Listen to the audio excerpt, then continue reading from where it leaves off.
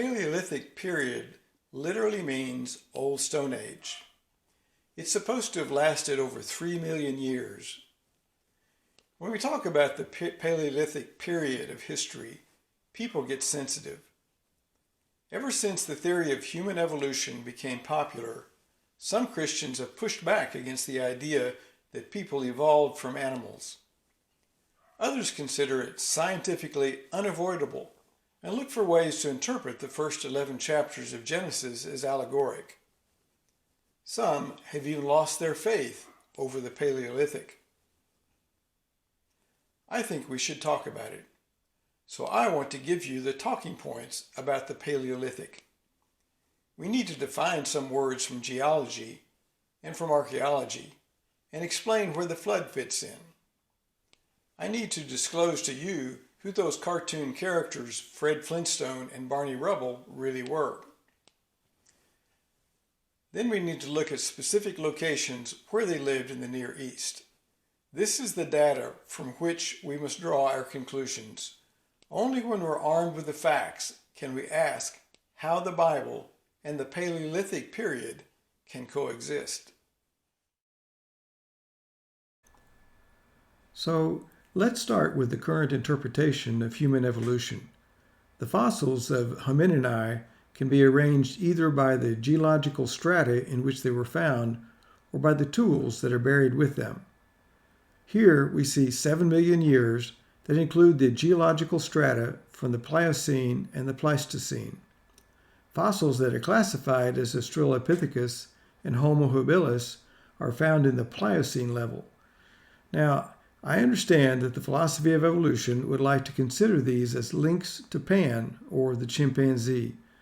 Creationists, however, see these as short animals, 3.5 to 4.5 feet tall, with long arms and small brains.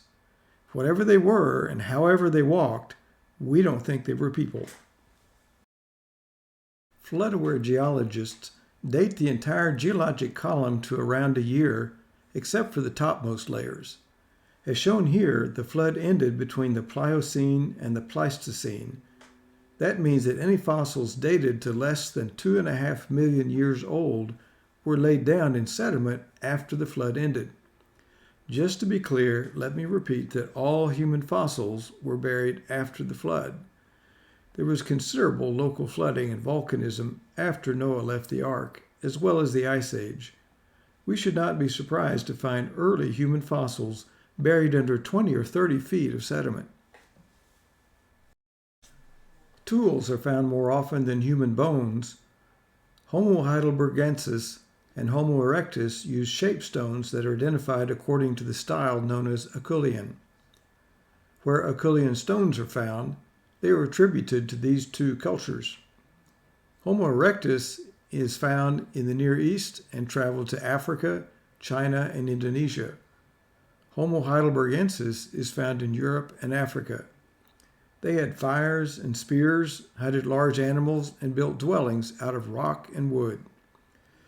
Neanderthals used the Mousterian style to make stone tools with sharper edges. Neanderthals lived in the Near East, Europe, and Central Asia. They had hearths for fire, baked bread, sewed together hides to make clothing, sometimes lived in huts, created a strong glue from bitumen to fix their axe heads, hunted large animals, and made music with flutes. The Levallois technique of flint knapping was used in both the Acheulean period and the Mousterian period. You first strike off the edges to create a shape like a tortoiseshell. Then when the final piece is broken out of the raised middle, it has very sharp edges. It's an advanced technique that takes a lot of skill to perfect. The Paleolithic is divided into 3 parts. Think of the lower Paleolithic as being lower in the excavation, so it's older. The lower Paleolithic is supposed to have lasted the longest, like 3 million years, but it has the fewest fossils in the Near East. Dmanisi is dated to about 1.8 million years ago, which still makes it post-flood. Its 5 skulls are supposed to be the earliest well-dated hominin fossils in Eurasia, but they are controversial. They were taller than the Australopithecus at 4 foot 8 inches to 5 foot 4 inches, but they had small skulls and used Oldowan tools like Australopithecus. Ubeidiah is dated to 1.5 million years ago. Interestingly, it is located just south of the Sea of Galilee. A child's remains found there, 6 to 12 years old, is considered Homo erectus with Acheulean tools. Ubeidiah, like Dmanisi, is one of the oldest extinct people types outside of Africa. The Kesem cave has Homo erectus, Homo heidelbergensis, Neanderthals, and modern people found there, with both Acheulean and Mousterian tools. The Hyonim cave also has broad coverage, from Mousterian tools to Natufian and Quiberon artifacts.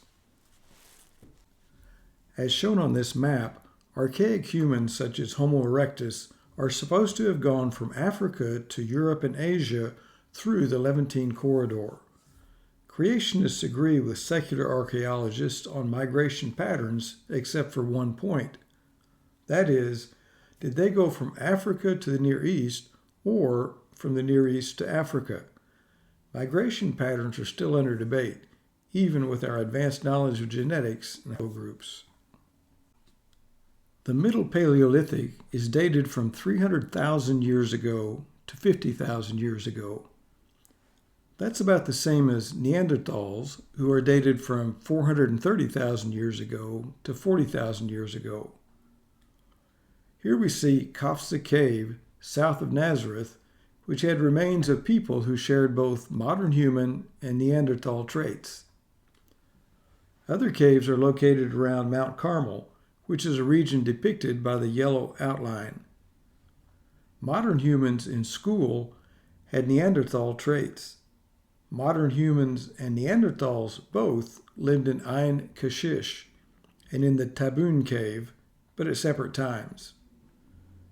Experts such as Savante Pabo agree that this is the one area in the world where modern humans and Neanderthals would have intermarried and shared DNA before separating out to the various continents.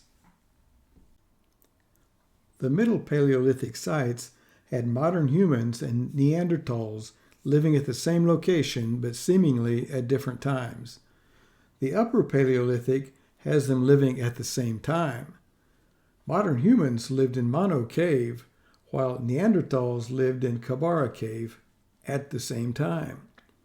Since we know they were only 35 miles apart and they did intermarry, this would be the most obvious spot.